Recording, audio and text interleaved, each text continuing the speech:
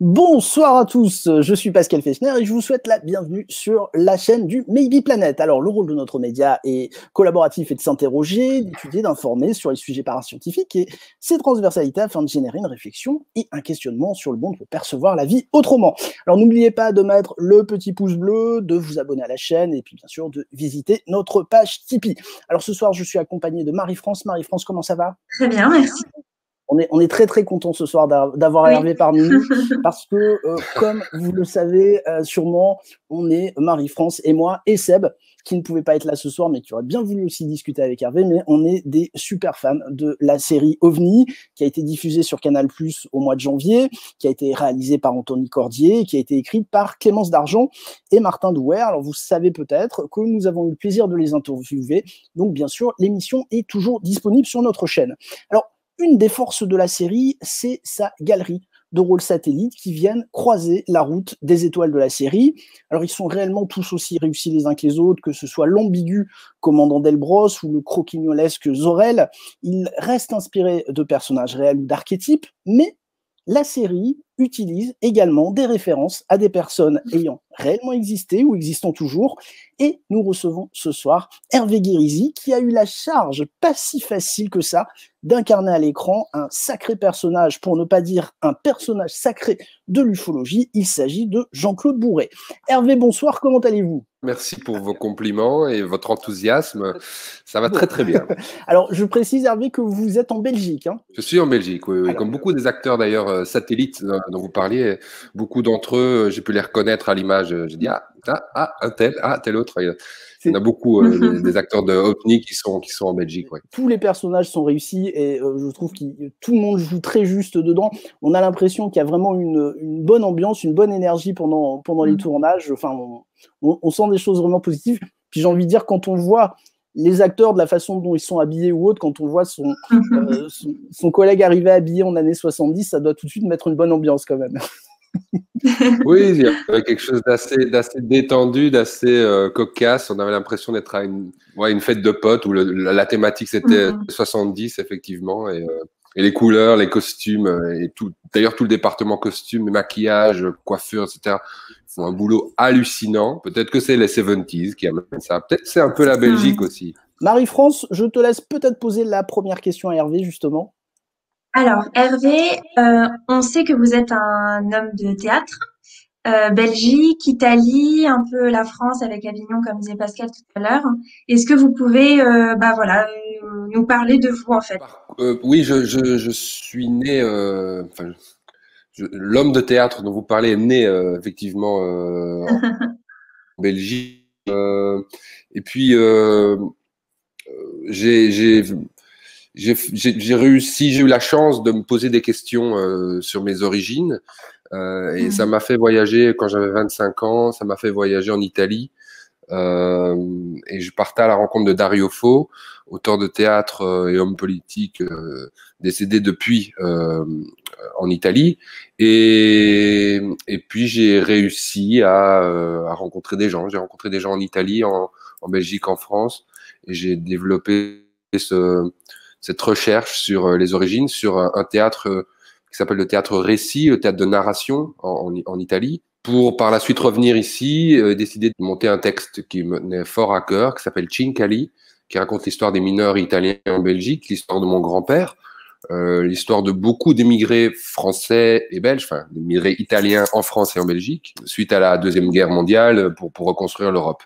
Et donc j'ai décidé de monter ce texte, de le traduire, de l'adapter et puis de l'interpréter. Et ça m'a mis sur un questionnement. Comment le théâtre peut raconter ma vraie vie?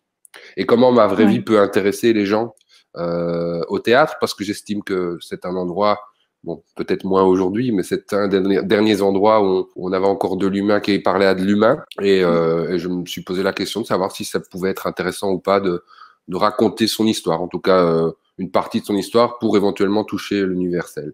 Et cette réflexion m'a amené en Italie, en France, en Belgique, un peu partout à travers l'Europe, pour par la suite me ramener en Belgique et d'aller beaucoup plus loin dans les recherches jusqu'à jusqu'à la dernière création qu'on a faite avec du coup mon partenaire Grégory Carnoli, qui s'appelle LUCA, c'est un acronyme, Last Universal Common Ancestor. Cette cellule qui est votre grand-parent ou votre ancêtre, c'est notre dernier ancêtre commun universel. Donc on est tous descendus de cette cellule il y a plus de 4 milliards d'années. C'est une manière de parler de moi, évidemment. Il y a d'autres manières de parler de moi. Je me suis intéressé à d'autres formes d'art. Je me suis intéressé à la danse à un moment aussi, au mouvement. Ça m'a amené à Berlin. Puis, de manière un peu récurrente, un peu sporadique, trop sporadique peut-être, j'avais la chance de travailler aussi, soit au cinéma, soit à la télé. C'est quelque chose qui m'intéresse beaucoup parce qu'en fait, une des choses qui me passionne le plus, c'est apprendre, en fait. J'adore apprendre des nouvelles choses, découvrir des nouveaux mondes, apprendre sur moi, mais apprendre de manière générale. Ça me passionne. J'adore les langues, par exemple, j'adore apprendre des langues et j'adore voyager parce que le voyage ne forme pas que la jeunesse, elle forme la vie de manière générale et les savoirs s'accumulent grâce aux langues et aux cultures qu'elles véhiculent. J'ai cette passion du voyage aussi et j'essaye de mettre dans le même paquet tout ce que j'aime et puis de trouver comment je peux avancer en faisant quelque chose que j'aime, parce que c'est quand même une chance qu'on a, nous, artistes, acteurs, qui travaillons, de pouvoir dire je vais jouer. Justement, Hervé, alors la culture en France en ce moment, c'est très compliqué pour les acteurs. Comment ça se passe en Belgique? J'imagine c'est compliqué aussi.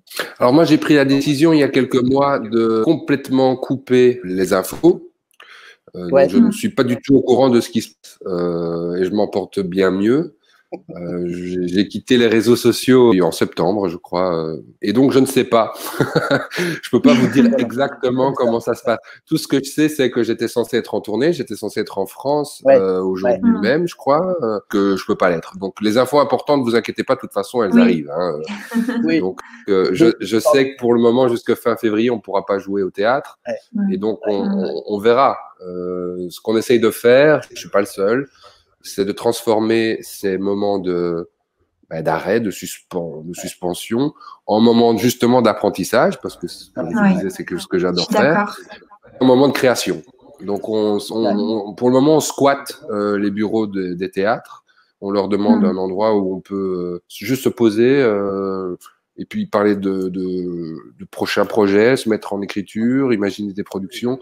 Moi, je suis dans une position où j'étais pas du tout censé être en phase de recherche et de création, parce que là, c'est le moment de la diffusion avec la tournée de ce dernier spectacle, Luca, et aussi de la diffusion de la série notamment. Donc, on était censé tout à fait dans une autre énergie. Et il faut la transformer. Il faut dire, bon, ben voilà, on va penser à écrire autre chose. On essaie de transformer ça comme ça.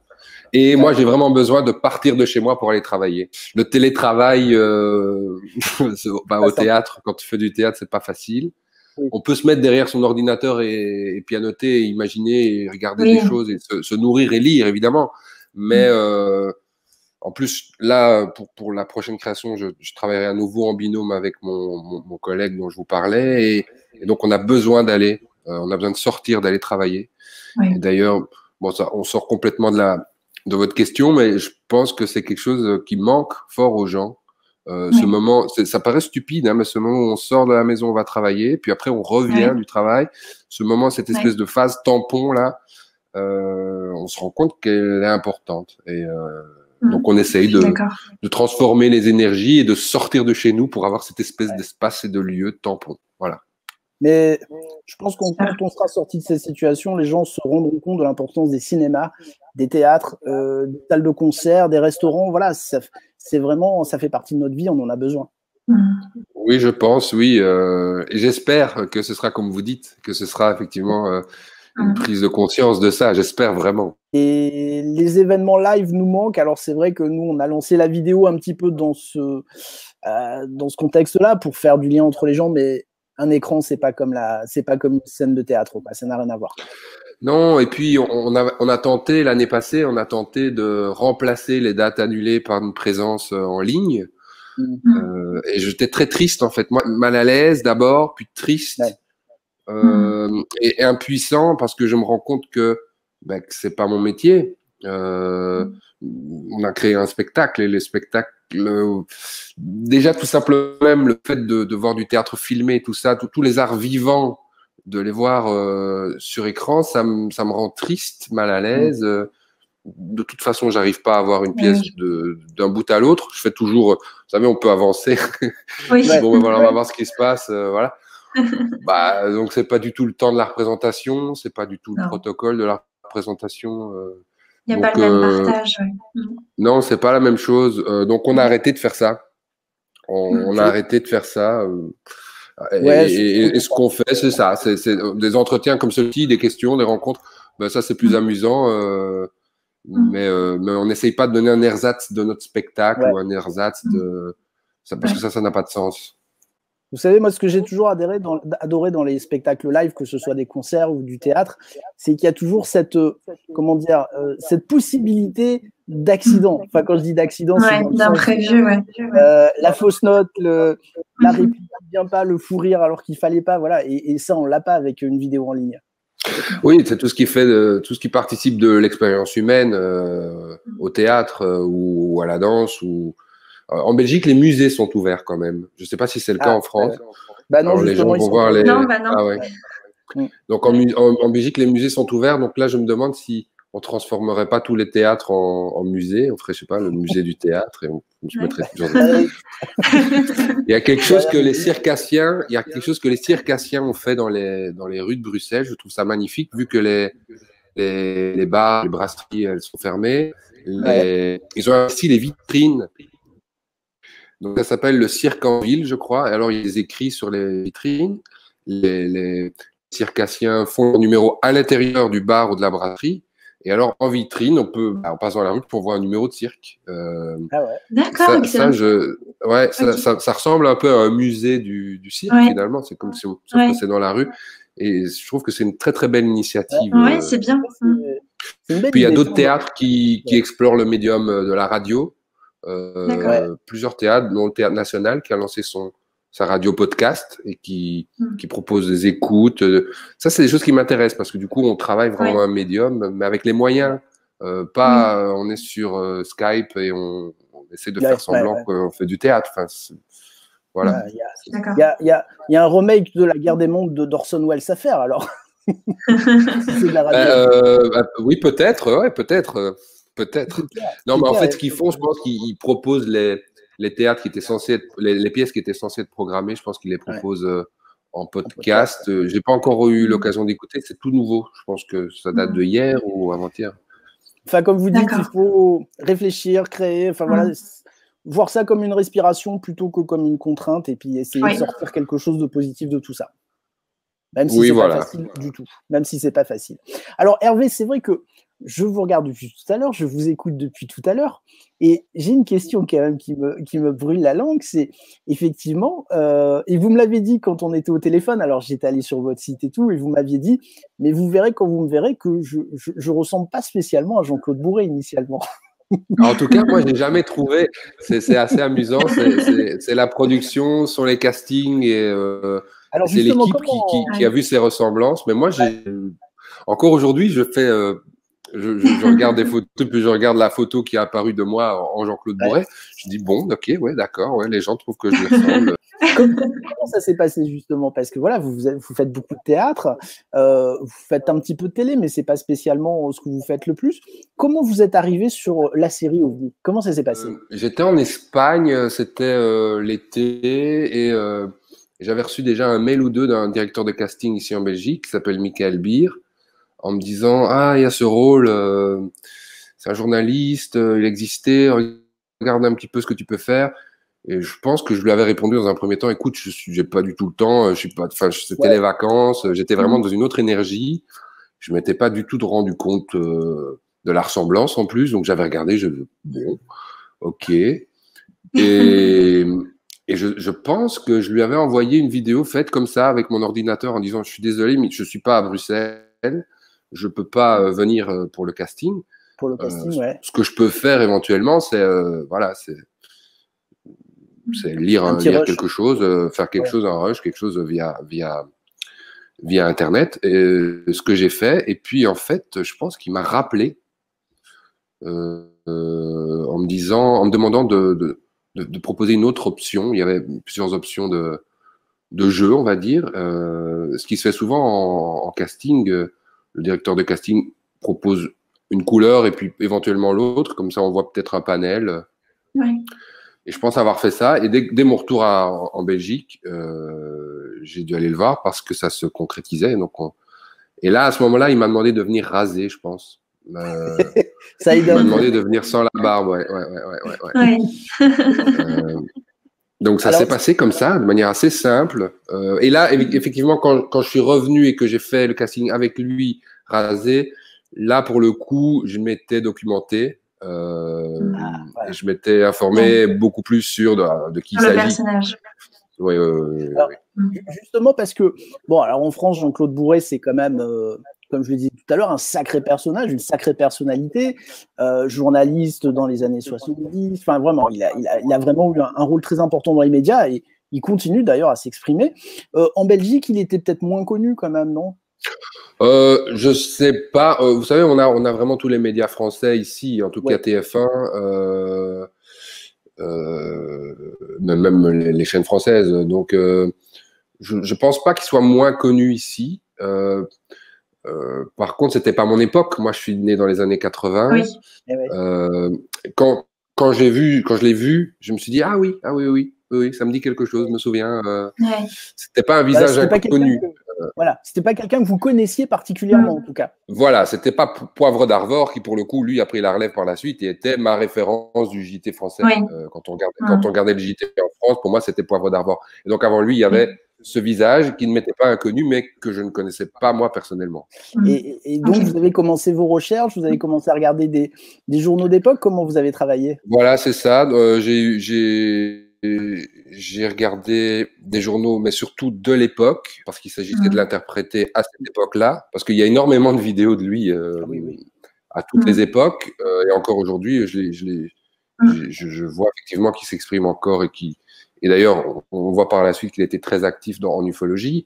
Mais moi, j'ai réduit mes recherches, on va dire, aux années 70, parce que c'était ce qui m'intéressait. Et essentiellement, dans un premier temps, vu que j'avais pas encore lu tout le scénario, dans un premier temps, essentiellement sur sa présence face caméra au JT.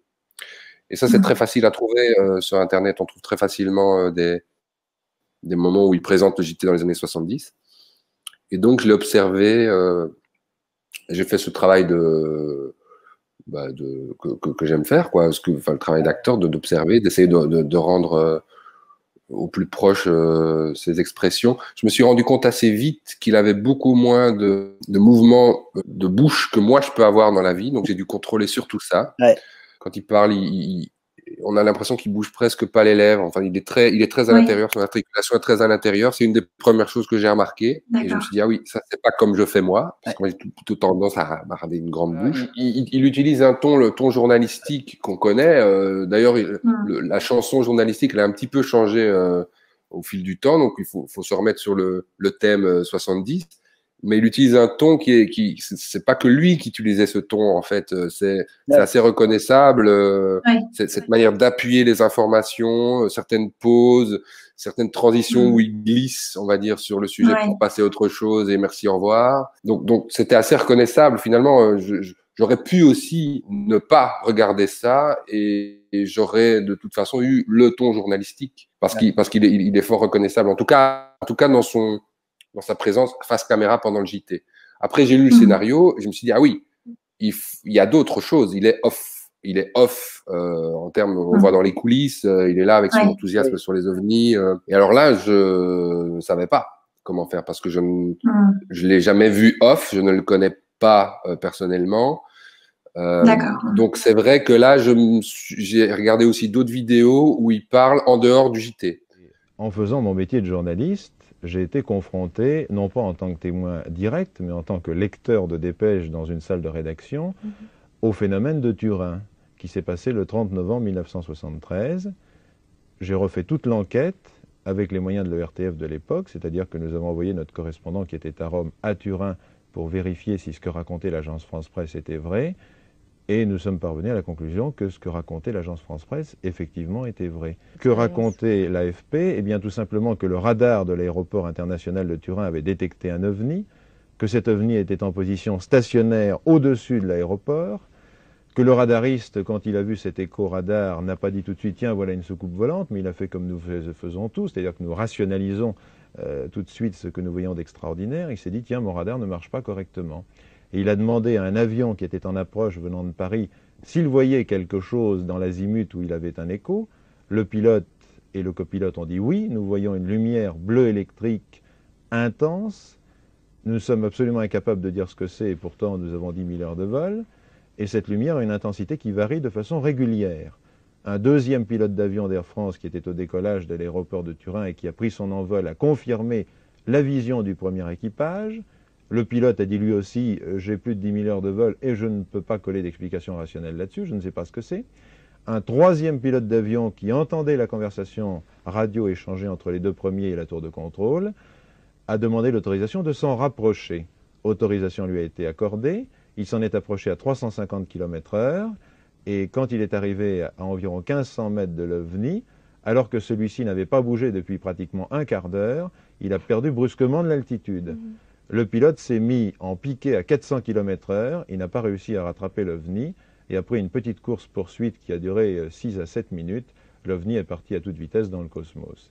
Alors voilà, si vous voulez, par le hasard d'une dépêche d'agence que vous avez reçue ici en Suisse comme tout le monde, puisque c'est l'agence France Presse Internationale qui l'a diffusée, je me suis intéressé au dossier OVNI en me disant peut-être que finalement il y a quelque chose. Et puis par la suite, j'ai fait confiance au réalisateur et à ce qu'il me demandait sur le plateau. C'est pas énorme comme intervention, ce qu'il fait. Il faut taper juste, mais il y a pas 2000 choses à jouer non plus. La difficulté que vous aviez par rapport à d'autres rôles satellites dans la série, encore une fois, c'est que vous incarnez quelqu'un. Voilà. Oui, voilà. Ça, c'est. J'avais jamais fait ça. J'avais jamais fait ça. Et effectivement, ça limite d'une certaine manière, parce qu'on se dit, non, Jean-Claude Bourré ferait jamais ça. Et puis, je me doutais bien. En fait, parce que vous me disiez que vous le connaissiez personnellement, je me doutais bien que les gens qui allaient voir ça, la première chose qu'ils allaient faire, se poser comme question, c'est attends, il ressemble pas du tout à Bourret, c'est pas du tout comme ça. Donc, c'était une appréhension ça pour vous ou pas? Il y avait une petite pression là-dessus de se dire mais il faut quand même que ce soit ressemblant, je veux pas que les gens soient déçus, qu'ils se disent mais c'est pas Jean-Claude. Comment vous l'avez géré ça? Je sais pas si c'est une appréhension, mais on a envie, même si le personnage n'existe pas dans la vraie vie, on a envie de sonner juste. Et comme j'avais dans la tête, dans l'oreille sa musique, son parler, et que j'avais analysé ce que je vous disais par rapport à son articulation, je me disais en gros que ça suffisait. Il bouge pas énormément non plus pendant le JT. Il fait un ou deux gestes qui sont très journalistiques. Les coudes comme ça, les mains comme ça. Donc, c'est des toutes petites choses. C'est vraiment minime, mais voilà, ça a suffi à poser les bases de ce que j'allais faire. Et puis, je ne me suis pas aventuré trop dans d'autres choses. Du coup, je pense que vous avez plus ou moins répondu à la question, mais du coup, vous ne l'avez jamais rencontré. Et est-ce qu'il vous a fait par hasard un retour sur le rôle après Non, je serais très curieux. En fait, en parlant avec vous, je me demande si lui l'a vu. Je me demande si il s'est vu du coup. Ça m'amuserait. Ah oui, voilà. Et ça m'amuserait beaucoup. Je suis très curieux. Je ne sais pas du tout.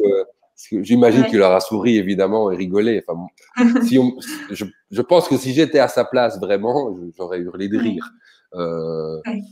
Je pense aussi. Je pense aussi qu'il a dû sourire parce que Jean-Claude est loin d'être quelqu'un de sinistre effectivement et loin d'être quelqu'un d'imbu de lui-même. Donc je pense qu'effectivement il a dû noter la performance et sourire en voyant. On va lui passer la vidéo parce que j'aimerais bien justement qu'il nous dise. Il m'a dit qu'il avait aimé la série, qu'il avait trouvé le rendu très bien réussi, mais effectivement, ce serait intéressant qu'il nous dise un petit peu votre performance, qu'il en pense, effectivement. Ouais, je serais curieux, effectivement, ouais. Est-ce que vous avez maintenant, en plus que la série a été faite, elle a été diffusée, elle a été visualisée par quand même pas mal de monde, est-ce que vous avez un retour sur la série à faire maintenant que c'est fini, entre guillemets? Moi, c'est une très, très, très belle expérience. En ce qui me concerne, ça a été genre 1 ou 2 jours de tournage, donc c'était très court. Je suis venu faire coucou, comme beaucoup des acteurs satellites dont on parlait. Oui. Et du coup, le souvenir que j'ai, c'est je me souviens fort d'Anthony, le réalisateur, très confiant dans son casting, très très confiant. J'ai été impressionné par la disponibilité, la professionnalité, aussi le professionnalisme de Melville Poupeau, qui pour le coup, lui, arrivait, je ne sais plus exactement où je me situais par rapport au tournage, mais je pense qu'il avait dans les pattes déjà 2 mois au moins.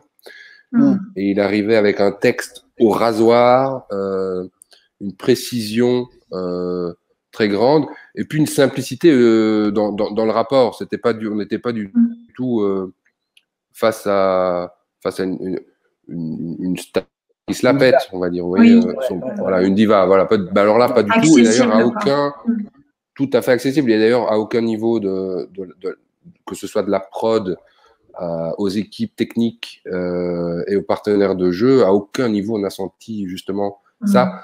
Et pour être belge et pour travailler parfois sur des prods françaises, c'est quelque chose à quoi on est très, très, très, très, très sensible. Ouais, c'est toujours le cas, on va dire. On va dire que parfois, effectivement, ça se passe peut-être pas aussi, de façon aussi sympathique. Voilà, c'est un peu le terme. Mais c'est vrai qu'encore une fois, je trouve que cette série a un vrai capital sympathie.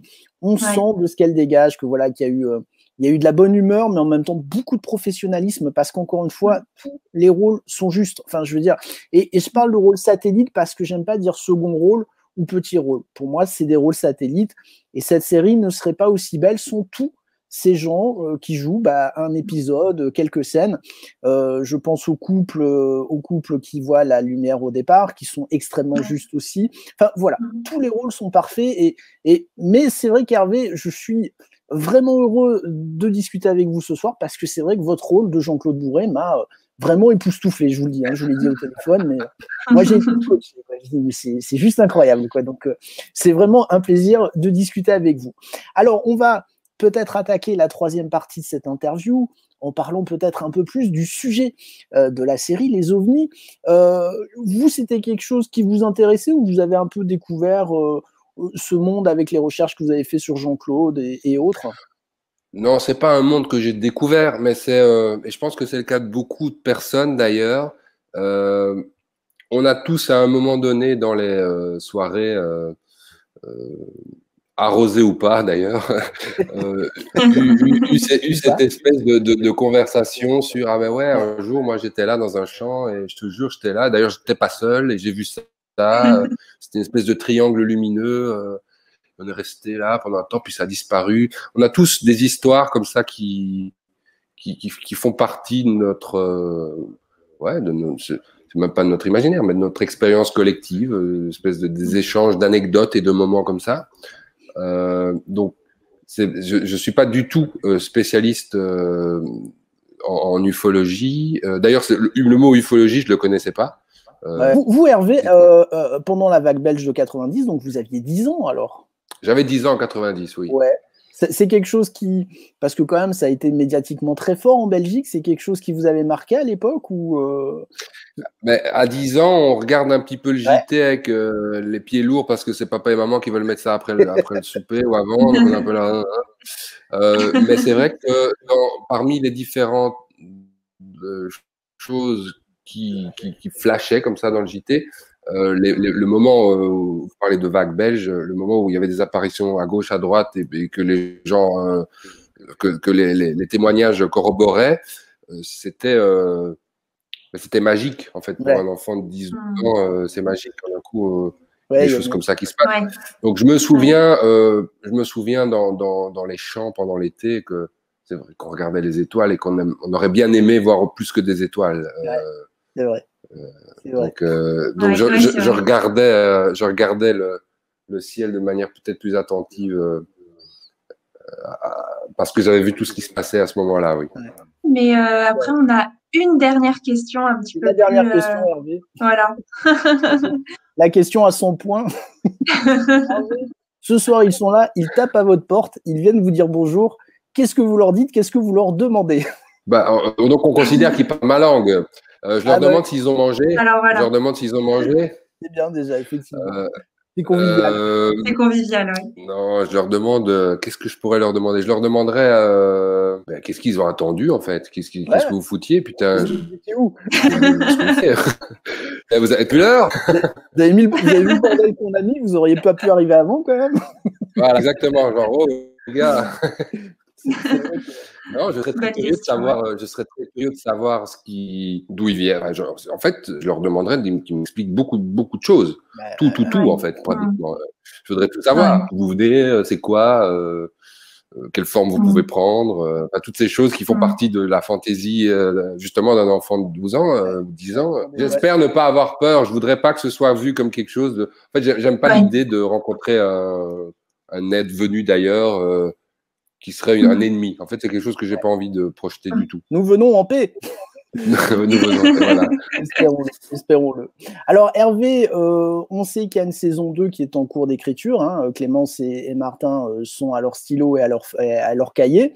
Moi, je vous dis franchement, alors je sais que vous n'avez peut-être pas l'info, ou si vous l'avez, vous ne pouvez peut-être pas la dire, mais j'espère vraiment que Jean-Claude Bourret va revenir en saison 2. Ce serait chouette qu'il y ait un rôle peut-être un peu plus de terrain, qui sort du studio, qui l'accompagne, les héros, allez savoir. Mais vraiment, j'espère qu'on va vous revoir dans la saison 2, parce que voilà, vous avez très très bien joué Jean-Claude Bourret, et ce sera un plaisir de vous revoir à nouveau avec Melville Poupeau, avec Michel Villermoz, avec Quentin Dolmer, avec Daphné Patakia, qui sont tous excellents, encore une fois. Oui. Et voilà, j'espère vraiment, il y a tous ces personnages qui, j'espère, seront là à la saison 2 d'une façon ou d'une autre, avec d'autres personnages, et que l'aventure puisse continuer. Voilà. La difficulté pour vous maintenant, c'est que vous allez devoir attendre un an avant d'avoir la réponse. C'est ça qui est long. Alors justement, on a créé la page OVNI You. Alors OVNI You, j'explique, parce que l'OVNI Thunder et l'OVNI True étaient déjà pris par Quentin, donc il a bien fallu trouver quelque chose. Mais effectivement, à travers cette page OVNI You, on va essayer de faire le lien jusqu'à la saison 2. Et voilà, et c'est vrai que cet entretien que vous nous accordez ce soir, ça va être l'occasion pour nous aussi de continuer à faire un petit peu perdurer la magie de la série en attendant la saison 2. En tout cas, Hervé, ça a été un vrai bonheur, vraiment, un vrai plaisir de discuter avec vous, de vous découvrir un petit peu plus, de discuter avec vous de la façon dont vous avez appréhendé le rôle. Et j'espère que les spectateurs qui verront cette émission seront aussi contents justement de pouvoir vous découvrir un petit peu plus. Voilà. Mais écoutez, les amis, Hervé, un grand merci. Il nous reste à vous saluer. Marie-France, un grand merci d'avoir été là pour cette émission. Et puis, écoutez, on vous dit tous à très bientôt sur la chaîne du Maybe Planet. À très bientôt à tous. Ciao, ciao.